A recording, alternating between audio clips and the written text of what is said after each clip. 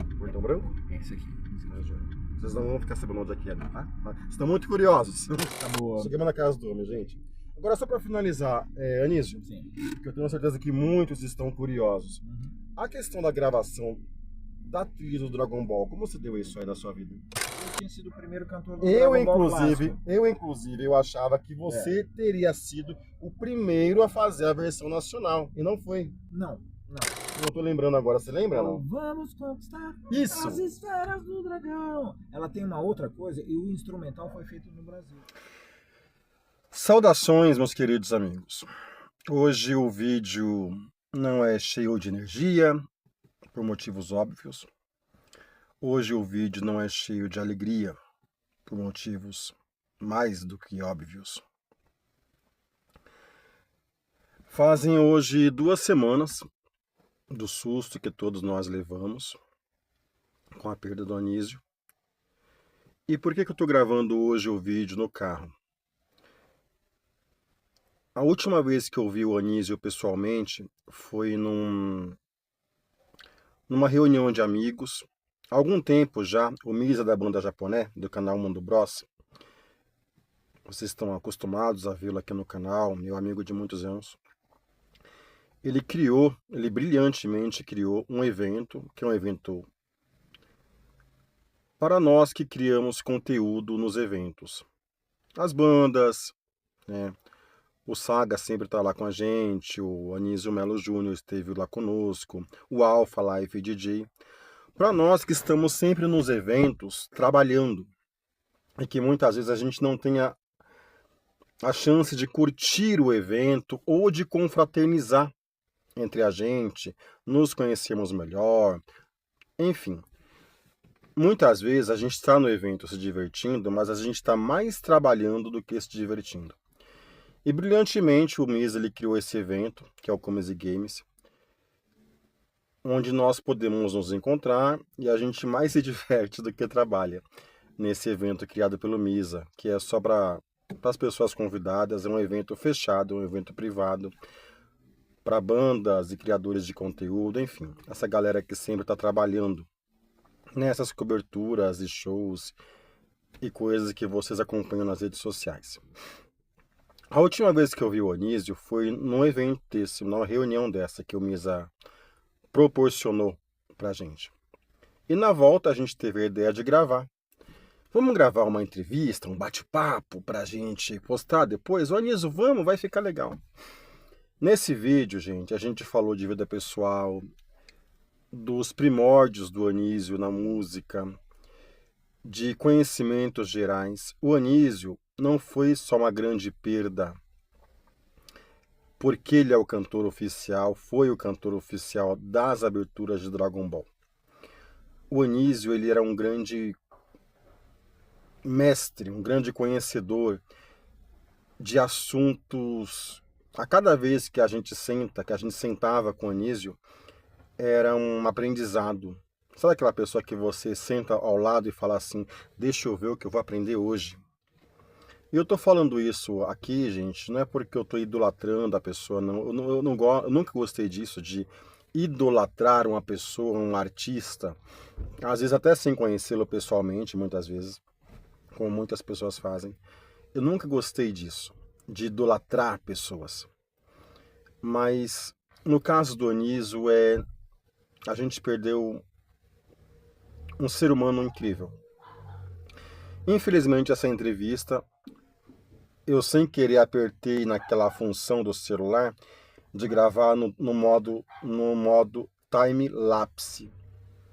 Inclusive, eu peço, se alguém souber como reverter esse modo time-lapse, eu não consegui, eu não sei como. Eu peço ajuda, porque a entrevista foi perdida, porque nós gravamos nesse modo time-lapse do celular, onde não capta áudio e o vídeo fica acelerado. Eu vou mostrar aqui para vocês uma ceninha de como ficou. Mas chegando na casa dele, chegando pertinho da casa dele, eu não lembro mais o que aconteceu, acho que o celular caiu do suporte e a gente parou de gravar. E aí a gente reiniciou a gravação. Eu só fui perceber que estava no modo time-lapse em casa. E esse finalzinho da entrevista salvou. Vai ser isso que vocês vão conferir aqui hoje. Eu acredito que tenha sido a última entrevista do Anísio, ou uma das últimas entrevistas do Anísio, em vida ainda, tá? Esse vídeo de hoje é mais um desabafo, barra homenagem, barra saudade, barra o que vocês quiserem pensar, da falta que essa pessoa está fazendo já e vai fazer muito mais para os amigos como nós, os amigos mais próximos, a família principalmente, e vocês fãs, todos nós que somos fãs do trabalho. Eu não vou me delongar muito, tá? Só para vocês entenderem o contexto, é disso que se trata esse trechinho da entrevista. E antes que vocês vejam a entrevista como um todo, uma lição que eu tenho pensado muito nos últimos dias, esse ano nós perdemos não só o Anísio, mas perdemos um outro grande amigo, que foi o Cláudio Coyote, fundador da Itacha Brasil. Foi ele quem trouxe a cultura Itacha para o Brasil. Nesses dois casos, gente, o Coyote ele adesivou meu carro e nós ficamos de trocar alguns adesivos. E a gente sempre ficava, vamos deixar para uma próxima semana. Deixa para depois. Deixa para depois. Aí, não, semana que vem você passa aqui em casa, a gente vê. Ou depois não veio. O Anísio, a gente estava planejando fazer um evento o ano que vem. Um evento que faz tempo que eu tenho essa ideia antiga na minha cabeça de fazer um evento.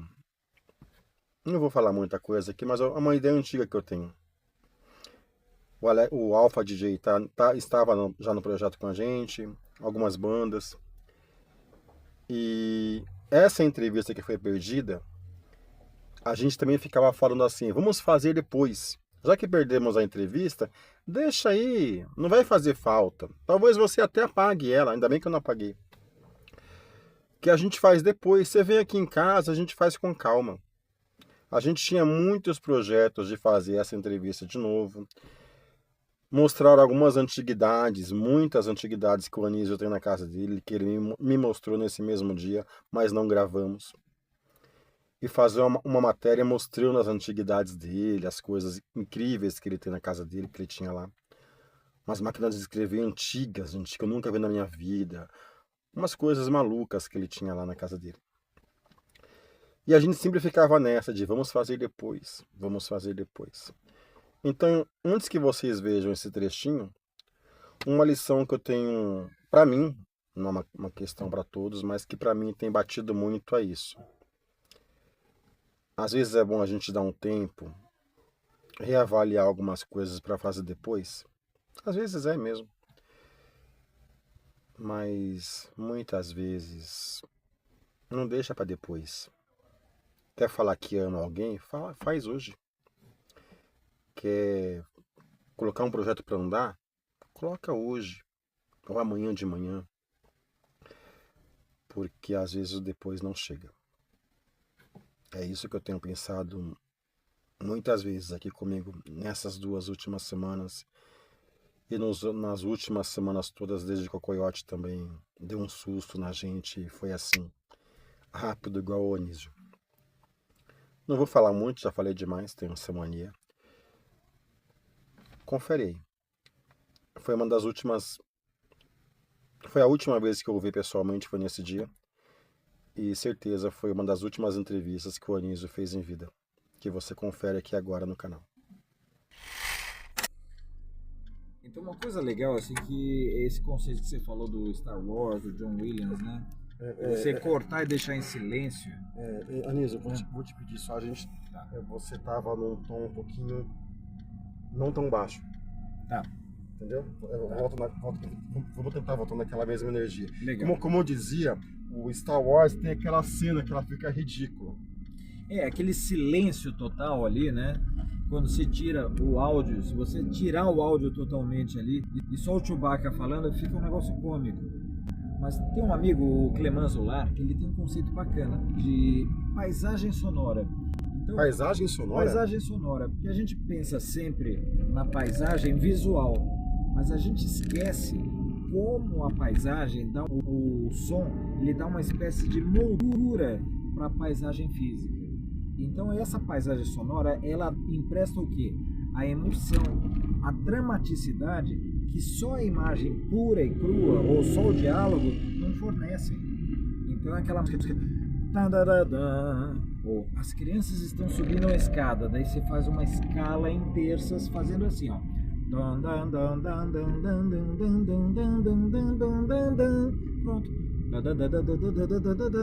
Isso você vê no Pernalonga, a música incidental, a música que vai colorindo e dando dramaticidade, humor, velocidade, terror.